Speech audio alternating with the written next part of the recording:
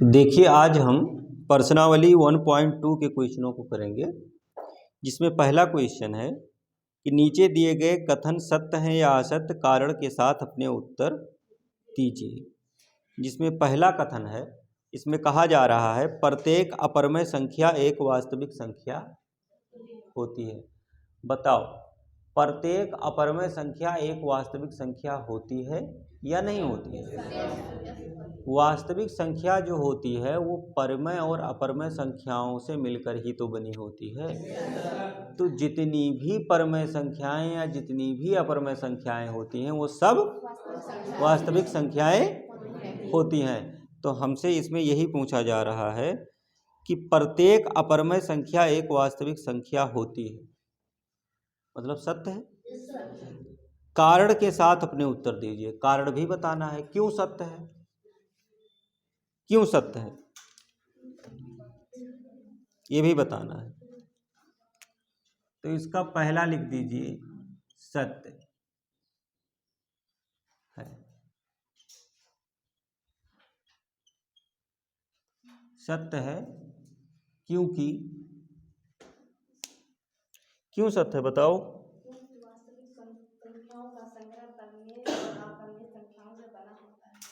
ठीक है, क्योंकि वास्तविक संख्याएं जो होती हैं वो परमय और अपरमय संख्याओं के समूह से मिलकर ही बनती हैं। इन्हीं दोनों से मिलकर के वास्तविक संख्याओं का संग्रह बनता है। समझे ना बात को? तो इसलिए सभी अपरमय संख्याएं वास्तविक संख्याएं। तो यहां लिख देंगे क्योंकि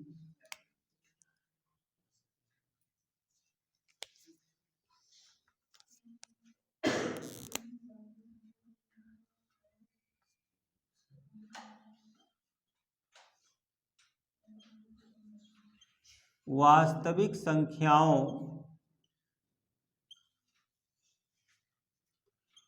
के संग्रह में सभी परिमेय और अपरिमेय संख्याएं सम्मिलित होती हैं। ठीक है, ये हो गया पहले का आंसर। और इसके बाद अब दूसरा,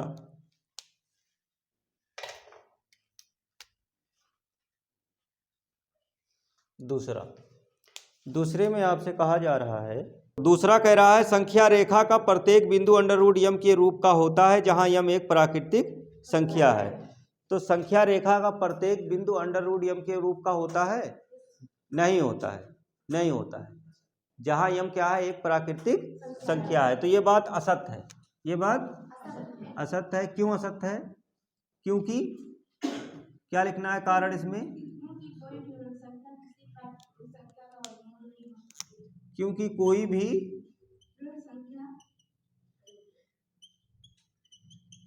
ऋण संख्या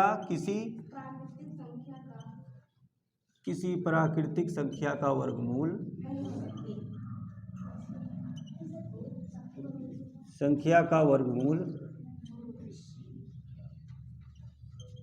नहीं हो सकती। क्यों नहीं हो सकती? क्योंकि सारी प्राकृतिक संख्याएं धनात्मक होती है। सारी प्राकृतिक संख्याएं धनात्मक होती है। तो इसके जवाब में ये लिख देंगे। उसके बाद तीसरे में आपसे क्या पूछ रहे हैं? तीसरे में पूछा जा रहा है प्रत्येक वास्तविक संख्या एक अपरमय संख्या होती है। बताओ, प्रत्येक वास्तविक संख्या अपरमय संख्या होती है? नहीं। प्रत्येक, तो ये असत्य है। इसमें आपसे क्या कह रहा है? प्रत्येक वास्तविक संख्या एक अपरमय संख्या होती है। नहीं, तो प्रत्येक वास्तविक संख्या एक अपरमय संख्या नहीं होती है। क्यों नहीं होती है? क्योंकि वास्तविक संख्या जो होती है वो परमय और अपरमय से मिलकर बनी होती है। तो वास्तविक संख्या में परमय और अपरमय दोनों होता है ना। तो लेकिन ये हमसे कह रहे हैं कि प्रत्येक वास्तविक संख्या एक अपरमय होती है। नहीं, वास्तविक संख्या परमय भी हो सकती है और अपरमय भी हो सकती है। तो इसलिए ये स्टेटमेंट, ये कथन गलत है। तो हम यहाँ पर लिख देंगे कि वास्तविक संख्या क्योंकि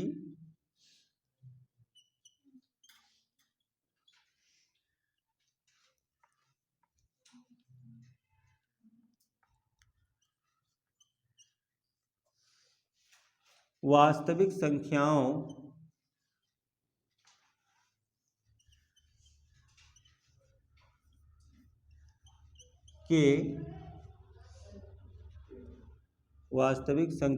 के संग्रह में यही ऊपर वाला स्टेटमेंट हो जाएगा इसका भी, क्योंकि वास्तविक संख्याओं के संग्रह में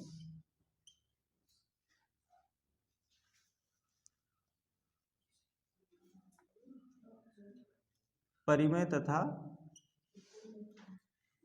अपरिमेय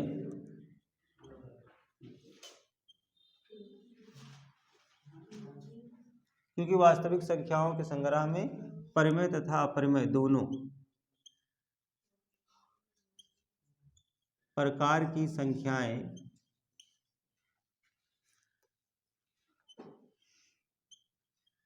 सम्मिलित होती है। बस ये इस प्रकार इन तीनों का आंसर हो जाएगा, जो सत्य असत हमसे पूछा गया था कारण के साथ। इसे नोट करिए। देखिए अब इसके बाद में जो है क्वेश्चन नंबर 2 इस प्रश्नावली का, जिसमें हमसे कहा जा रहा है क्या सभी धनात्मक पूर्णांकों के वर्गमूल अपरिमेय होते हैं? क्या सभी धनात्मक पूर्णांकों के वर्गमूल अपरिमेय होते हैं? यदि नहीं तो एक ऐसी संख्या के वर्गमूल का उदाहरण दीजिए जो परमेय है। तो पहले बताओ, क्या सभी धनात्मक पूर्णांकों के वर्गमूल अपरिमेय होते हैं? नहीं, ऐसा नहीं होता है। तो क्वेश्चन नंबर 2, पहले तो ये लिख दो कि सभी धनात्मक पूर्णांकों के वर्गमूल अपरिमेय नहीं होते हैं। यहां लिखो सभी धनात्मक पूर्णांकों के वर्गमूल अपरिमेय नहीं होते हैं। इतनी बात समझ में आई? अच्छा, क्यों नहीं होते हैं? देखो इधर देखो, ये देखो, जैसे ये भी धनात्मक पूर्णांक है और ये भी धनात्मक पूर्णांक है और ये भी धनात्मक पूर्णांक है और ये भी धनात्मक पूर्णांक है, ये भी धनात्मक पूर्णांक है, सब है ना। तो एक के वर्गमूल एक, ये तो नहीं निकलेगा ना, अपरिमेय है। ये भी अपरिमेय, लेकिन इसका वर्गमूल 2, तो इसका वर्गमूल तो 2 आ गया ना, और 2 क्या है? परिमेय हो गया। 2 जब बाहर आ गया तो ये अपरिमेय नहीं रह गया ना, अंडर रूट से बाहर आ गया। 5 तो अपरिमेय है, इसके बाद 6, 7, 8, अगर इसके बाद 9 आएगा तो 9 का भी तो वर्गमूल निकल आएगा 3। ऐसे आगे बहुत सारी संख्याएं होंगी जिनका वर्गमूल निकल आएगा। जब वर्गमूल निकल आएगा तो वो परमेय नहीं, अपरिमेय नहीं रह जाएंगी, बल्कि वो क्या हो जाएगी? परमेय हो जाएंगी। तो इसलिए सभी धनात्मक पूर्णांकों के वर्गमूल अपरिमेय नहीं होते हैं। कह रहा था अगर ऐसा नहीं है तो एक उदाहरण दीजिए। ठीक है, तो हम कह सकते हैं उदाहरण के लिए इसमें से कोई भी, जैसे ये 4 है, ये 9 है, 25 है, 16 है, ये 1 है, कोई भी ले सकते हैं उदाहरण के लिए। 1 लिख दे रहे हैं। ठीक, क्या लिखना है? उदाहरण।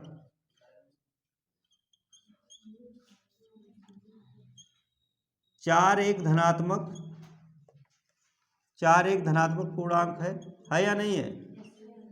धनात्मक पूर्णांक है जिसका वर्गमूल कितना होता है? जिसका वर्गमूल 2 होता है। ठीक है,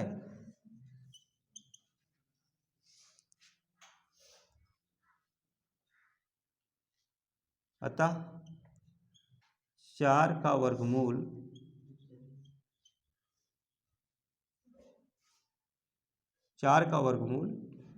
अपरिमेय नहीं है।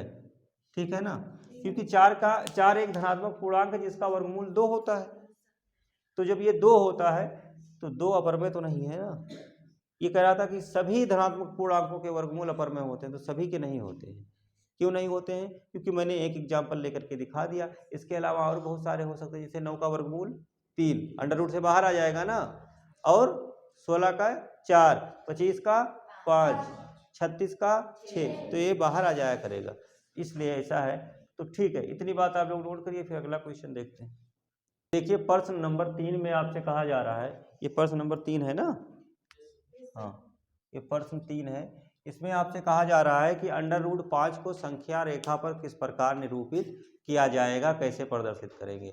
तो देखिए इससे पहले हम √2 को √3 को संख्या रेखा पर निरूपित करना सीख चुके हैं। अब यहाँ पर हम √5 को संख्या रेखा पर निरूपित करेंगे। ये मान लीजिए संख्या रेखा है, एक वास्तविक संख्या रेखा है, यहाँ पर 0 है, ठीक है। अच्छा, अब इसके बाद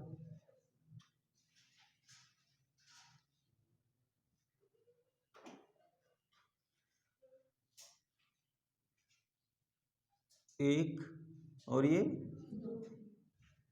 2 और ये 3, ये 1 और ये 2 और ये, अगर इधर नंबर लिखोगे तो -1, बस रहने दो, चलो ठीक, कोई ज़रूरी नहीं है कि 3 तक लिखा जाए, हमें ज़रूरत इधर की है, ठीक है ना, लिख देना बढ़ा करके, तो गलत थोड़े है। अच्छा देखो इतना हमने लिख लिया है ना, तो इसको कैसे करेंगे। यहाँ पर ये जो 1 लिखा है हमने यहाँ से यहाँ तक, इसको हम 1 ही मानेंगे, और यहाँ से यहाँ तक के हिस्से को 2 मानेंगे। तो यहाँ से यहाँ तक टोटल कितना हो गया, तो यहाँ से यहाँ तक कितना हो गया टोटल, ये 2 हो गया, ठीक है ना। अच्छा इसे O लिख देते हैं और इसे A लिख देते हैं, इसे क्या लिख देते हैं, A लिख देते हैं, ठीक। अब आपको क्या करना है, यहाँ पर 90 डिग्री का कोण बनाते हुए एक रेखा खींचना है। चाँदा से बना लोगे ना 90 डिग्री का कोण, ठीक है, बना के दिखाएं। ये चाँदा यहाँ पर रखोगे, फिर ऊपर निशान लगा लेना, इधर लाओ, ये देखो यहाँ पर ऐसे चाँदा रखना, ठीक है। और चाँदा ऐसे रखने के बाद में देखो, सब लोग इधर देखो, यहाँ चाँदा ऐसे सेट करना, ठीक है ना। और चाँदा सेट करने के बाद यहाँ 90 डिग्री पर ऐसे निशान लगा लेना, और जब ऐसे निशान लगाओगे,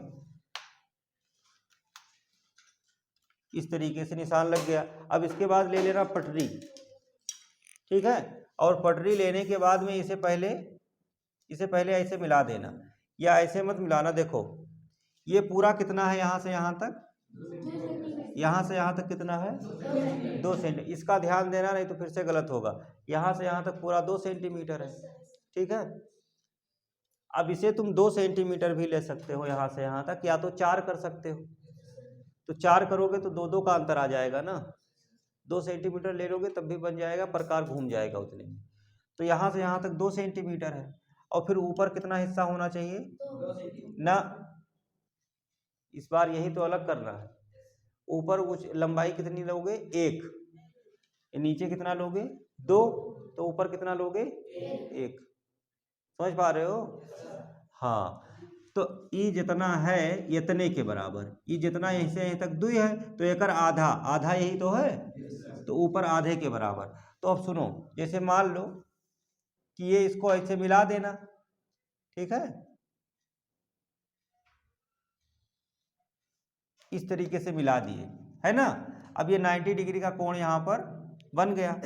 अब इसे नाप लेना कि यहाँ से ले करके यहाँ तक कितनी दूरी है, 1 सेंटीमीटर। तो फिर यहाँ 0 सेट करना, यहाँ पर पटरी का 0 हिस्सा यहाँ पर रखना, और 0 यहाँ पर रखने के बाद में ऐसे मान लीजिए ये क्या है, 0। फिर 1 सेंटीमीटर जहाँ भी पूरा होगा, 1 सेंटीमीटर जहाँ भी पूरा होगा, वहाँ पर क्या करना, निशान लगा देना। जैसे मैं यहाँ पर लगा दे रहा हूँ, क्योंकि मेरा ये 1 सेंटीमीटर और 2 सेंटीमीटर तो है नहीं, मेरा तो ज़्यादा है। बस मैं ये समझाने के लिए आप लोगों को दिखा रहा हूँ। तो जितनी दूरी ये है या जितनी दूरी ये है, उतनी ही दूरी ऊपर लेना है। बताओ सबको समझ में आ रहा है या नहीं आ रहा है, आया समझ में ना। नीचे 2 लेना है और ऊपर उसका आधा, 1 का मतलब आधा, यही तो। नीचे अगर 2 सेंटीमीटर तो ऊपर 1 सेंटीमीटर, और नीचे अगर 3 सेंटीमीटर ले लिया जाए, ऊपर 1.5, अभी समझ में आ रहा है। और नीचे अगर 4 सेंटीमीटर, मतलब कि हाँ, मतलब कि 2 सेंटीमीटर को 1 माने, फिर 2 सेंटीमीटर को 1 माने, तो कुल मिलाकर के 4 सेंटीमीटर हो जाएगा, मतलब दूरी बढ़ाने के लिए। समझ में आई बात।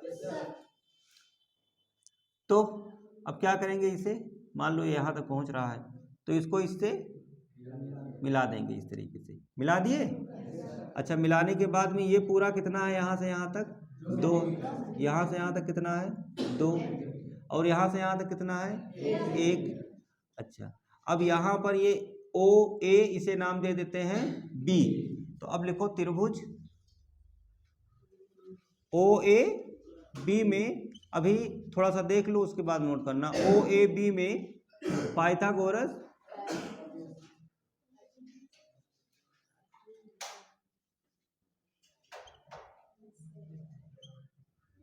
देखो, कर्ण स्क्वायर बराबर लंब स्क्वायर प्लस, अच्छा देखो कर्ण क्या है, 90 डिग्री के सामने वाला कर्ण होता है, तो कर्ण यहाँ पर क्या है ओ बी, लंब क्या है ए बी, आधार क्या है ओ ए बी क्या है 1, ओ ए क्या है 2, 1 एकम 1, 2 दूनी 4, 1, तो ओ बी स्क्वायर बराबर 5, तो ओ बी बराबर √5। बताओ इस कर्ण का मान कितना आया, √5।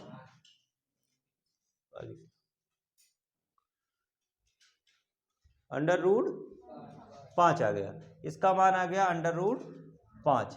अब देखो, जब ये √5 आ गया, तो हमें क्या करना है, अब लेना है प्रकार। क्या लेना है प्रकार, और प्रकार की नोक रखनी है यहाँ पर, प्रकार की नोक यहाँ पर रख करके, और पेंसिल की दूरी यहाँ तक बढ़ा लेनी है, ये त्रिज्या हो जाएगी। और यहाँ पर प्रकार की नोक रख के यहाँ तक त्रिज्या खोल लेना है, और फिर यहाँ से ऐसे घुमा देना है, तो ये जहाँ जा करके इसको काटेगा, ठीक है ना, ये जहाँ जा करके इसको काटेगा, इसको नाम दे दीजिएगा P, और यहाँ से O से लेकर के P तक की दूरी क्या है √5, क्योंकि जितनी दूरी ये है यहाँ से यहाँ तक, उतनी दूरी यहाँ से यहाँ तक ये भी तो है। समझ में आया बात। तो इस तरीके से OP बराबर √5 आप संख्या रेखा पर दर्शा सकते हैं। ठीक है, इसे आप लोग नोट कर लीजिए, फिर अगला क्वेश्चन देखते हैं। इसके बाद जो प्रश्न नंबर 4 है, इसमें आपसे कहा जा रहा है कि एक क्रियाकलाप दिया गया है और एक सर्पिल बनाने के लिए कहा गया है, और इसको बनाएंगे कैसे आप लोग देखिए। सबसे पहले एक बिंदु मान लेंगे यहाँ पर O, और यहाँ से क्या करेंगे 1,